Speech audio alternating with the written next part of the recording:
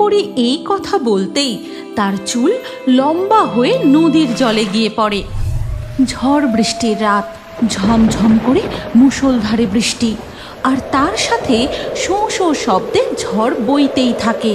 এমন সময় দেখা যায় আকাশে উড়তে উড়তে দুই পরী যাচ্ছে।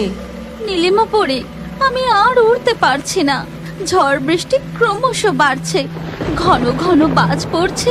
চলো না আমরা কোথাও গিয়ে আশ্রয় নিই। হ্যাঁ, তুমি ঠিক বলেছো লালিমা।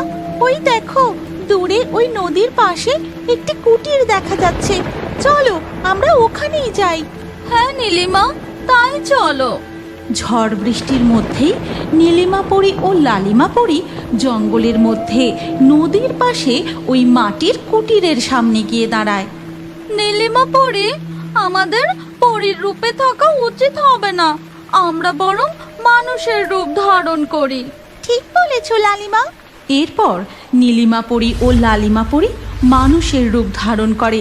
তারপর কুটিরের দরজায় ধাক্কা দেয়। ভিতরে কেউ আছেন?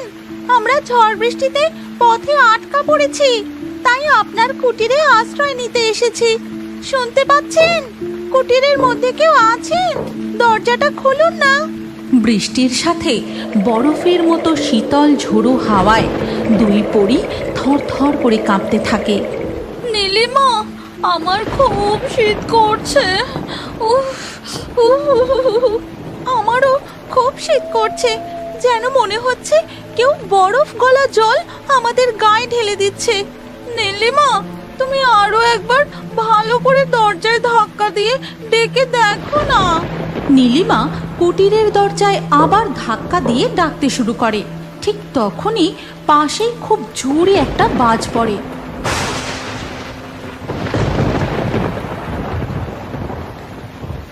আকাশ ডাকার শব্দে কুটিরের মধ্যে বসবাসকারী কুঁজো বুড়ির ঘুম ভাঙে। তারপর কে কে ডাকে আমায়? বাইরে কে গো?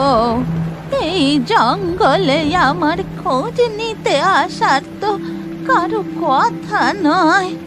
যাই গো যাই, দেখি।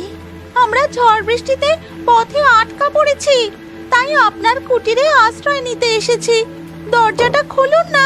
কুঁজো বুড়ি গিয়ে তার কুটিরের দরজা খোলে। বুড়িমা, আমাদের একটু আশ্রয় দেবে? এই ঝড় বৃষ্টিতে আমরা এই জঙ্গলে আটকা পড়ে গেছি গো। তোমার কুটির দেখতে পেয়ে এখানে এসেছি। আচ্ছা, বেশ বেশ, ঘরের